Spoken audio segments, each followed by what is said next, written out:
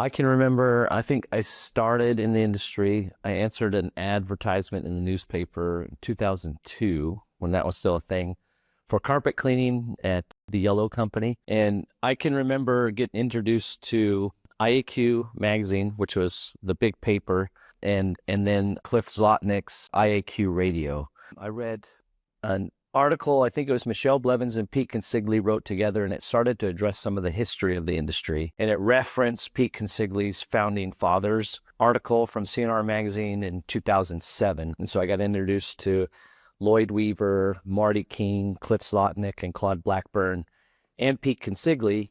And so for me, one of the things at RIA that I really value is being able to talk to people that have seen our industry from its inception to what it is now. And I think what's beautiful about that, it's a challenge and just a high value is that these people have, formed the industry. A lot of the things that we face today are the same things that they were facing in the 50s, 60s, 70s, and up through, it's actually a pretty young industry when you consider, the first standards were in the early 90s. But Cliff Zlotnick's still here, Pete Consigli's still here, and you can interact with these people. You can learn about our industry's history. And I love what Cliff has to say. A lot of times we complicate things and we look for the most complex solutions when really the tried and true and the simplest path to doing what you need to do is the best. And so just being around other people, you understand you're not alone. Challenges that we face are the same challenges that everyone faces, from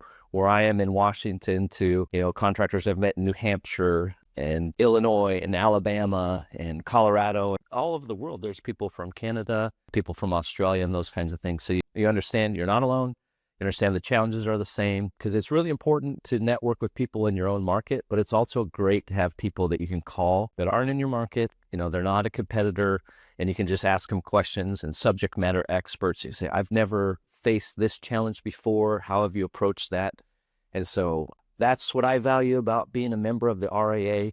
The conference is great because you always get a network. I think the last 2 years we've set records for attendance, and then attendance by first-time attendees and new members. And so it's great to see our industry is big and continues to grow. The event, as compared to some of the other industry events, it still has that nice feel where you can see people, interact with people. They do a good job with the flow of the event so that you can go from your educational opportunities into networking opportunities, and then meet vendors that are trying to solve the same problems with new solutions. And the biggest piece for me would be that connection to history, but also networking outside of your own market, which is funny though, because a lot of times I run into contractors from Washington. We don't have time when we're in state to get together for lunch or network. And then here we've set aside time, so then you get better connection even with people from your own state. But then just it expands your Rolodex, it expands access to people for networking opportunities, collaboration, and then hearing how people are solving the same problems you're having in your business.